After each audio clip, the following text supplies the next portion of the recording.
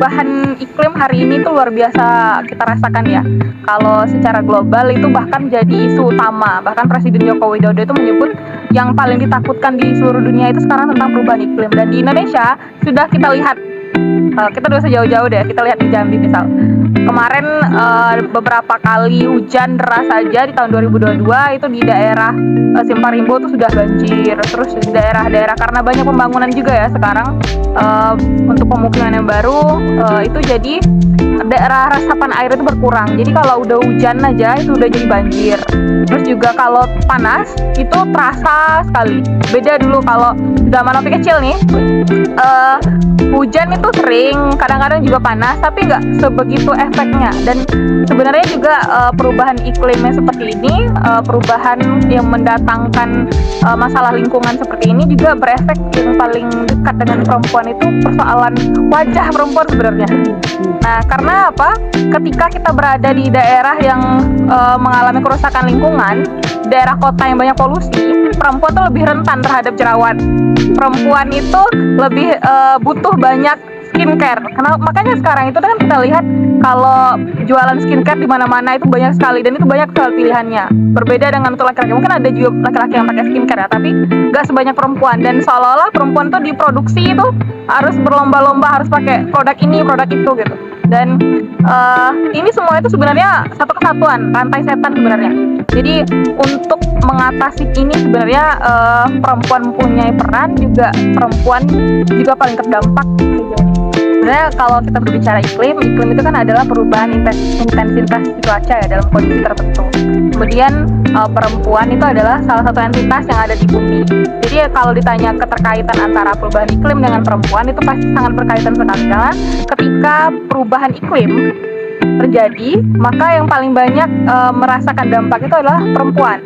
Perempuan itu membutuhkan air untuk memasak, karena dia kan biasanya di rumah tangga, dia yang bertanggung jawab nih untuk memasak, kemudian mencuci, untuk mandi. Kemudian juga perempuan punya siklus tertentu yang tidak dimiliki laki-laki, seperti menstruasi, melahirkan, dan itu membutuhkan air. Dan ketika terjadi misalnya kekeringan, nah itu yang paling merasakan dampak itu adalah perempuan. Belum lagi kalau kita bicara dampak ketika terjadi kerusakan yang menyebabkan ini ya, banjir misalnya. Nah, perempuan itu juga paling rentan. Kenapa? Dalam kondisi banjir misalnya, perempuan itu tidak di rumahnya lagi, kemudian ada di satu tempat, dan itu rawan terhadap pelecehan seksual, rawan terhadap pemerkosaan dan lain sebagainya.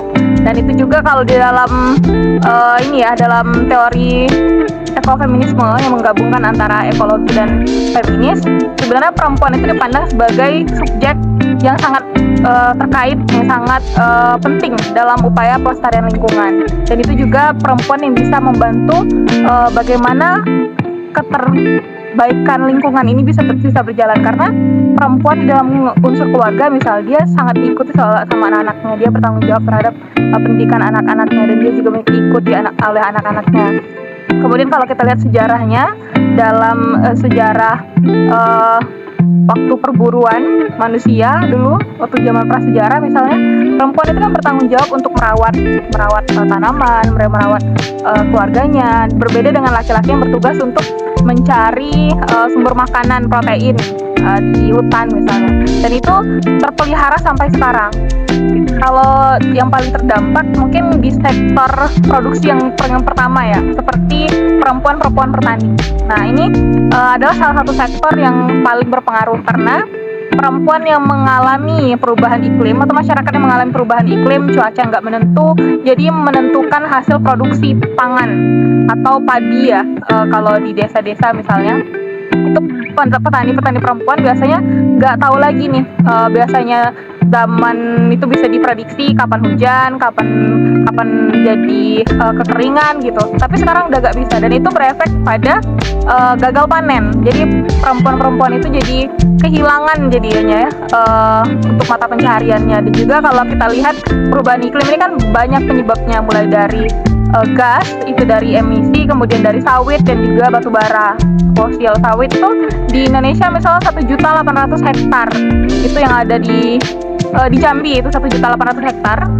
Dan itu kalau salah satu tokoh itu menyebutkan merupakan upaya proletarisasi. Kenapa? Karena orang-orang yang menanam sawit dalam jumlah banyak, apalagi ya dari korporasi, itu akan menyebabkan tanah-tanah atau ladang-ladang di sampingnya wilayah sawit itu akan airnya itu akan terserap banyak gitu. Jadi petani-petani itu tidak mendapatkan keuntungan dari hasil dia menanam lagi. Jadi terpaksa mereka harus berpindah menjadi buruh sawit. Kenapa? Karena tidak ada potensi lagi tanahnya. Nah, jadi permasalahan-permasalahan ini tuh berkelindan dan sebenarnya juga dibutuhkan selain behavior change ya, perubahan gaya hidup masyarakat yang pola konsumtif itu menjadi sebuah pola hidup yang lebih ramah lingkungan dan juga sistem change. So, kalau kita lihat dalam teorinya itu tidak ada keadilan ekologis tanpa keadilan gender tentang perempuan, karena dalam prosesnya selain sistem yang sekarang itu yang mengatur kebijakan politik tentang bagaimana penguasaan tanah di Indonesia yang 5% menguasai sekitar 80% tanah di Indonesia, atau di dunia itu 10% orang kaya menguasai sekitar 60% wilayah dunia, apalagi korporasi-korporasi ini berefek besar terhadap penguasaan lahan, dan ini juga secara umum menyebabkan perubahan iklim itu semakin besar. Kalau misalnya orang-orang berbicara soal populasi manusia, kebanyakan anak yang nanti akan menyebabkan lingkungan itu menjadi perubahan iklim itu semakin nyata. Tapi juga ada penelitian dari ilmuwan-ilmuwan itu, dari korporasi, dari perusahaan-perusahaan, terus juga penggunaan energi fosil itu juga berefek besar. Karena kalau soal manusia ya itu konsekuensi ya, tapi kalau korporasi, kebijakan itu sebenarnya dari manusianya itu sendiri. Dan iklim dari ketidaksetaraan gender ini sebenarnya dari pengelolaan kebijakan, pengelolaan lahan itu kan semuanya tidak berperspektif gender ya. Artinya kebanyakan itu digunakan oleh kaum laki-laki menggunakan perspektifnya laki-laki, bahwa perempuan itu tidak punya satu daya tawar. Padahal sebenarnya yang banyak di desa-desa kalau kita lihat, petani-petani itu banyak kan perempuan, tapi skillnya mereka ini tidak diakui sebagai sebuah skill, tidak dihargai gitu. Dan juga yang menentukan pasar ini kan sebenarnya para pengambil kebijakan, kemudian juga suara-suara perempuan ketika mereka berdiskusi menentukan pasar. Jangankan untuk menentukan harga pasar, untuk mendistribusikannya saja itu sudah beralih. Tapi perempuan itu di tahap yang bawah, yang menanam, dalam pembibitan, kemudian sampai ke tanaman-tanaman itu yang ditanam itu sampai dia panen. Tapi setelah itu kan semuanya ditentukan oleh pasar, ditentukan oleh orang-orang yang punya kebijakan. Tetapi perempuan tidak dilibatkan di sana. Yang pertama, sebenarnya saya juga pernah mendampingi kelompok petani perempuan di Desa Pulau Raman. Itu mewujudkan pertanian pangan berkelanjutan. Bagaimana ibu-ibu di sana kita kasih pendidikan, edukasi. Kalau berorganisasi itu adalah salah satu cara mereka untuk melawan ketidakadilan gender pada hari ini, khususnya juga hubungan antara perempuan dan lingkungan. Kemudian juga melihat dalam proses produksinya, kita bantu mereka dalam hal-hal yang tidak bisa mereka penuhi, misalnya bibit, kemudian juga pupuk. Dan ini pupuknya pupuk yang ini ya, ramah lingkungan, bukan pupuk yang dari pemerintah, dan itu sulit juga didapatkan. Itu juga merusak dengan bahan-bahan kimia. Setelah itu, selain mendampingi, saya juga pernah ikut dalam pelatihan ya secara nasional dari Ekonusa. Itu menjadi diplomat lingkungan untuk anak muda mewakili Jambi dan Sumatera. Dari Sumatera waktu itu ada 2 orang, saya dan salah satu lagi dari Sumatera Barat. Itu kita dilatih bagaimana caranya melihat kondisi hari ini, melihat kondisi lingkungan hari ini, dan bagaimana kita sebagai sebagai anak muda perkotaan nih misalnya tidak ikut langsung ke dalam proses produksi pangan misalnya atau pertanian, tapi bagaimana kita bisa mengedukasi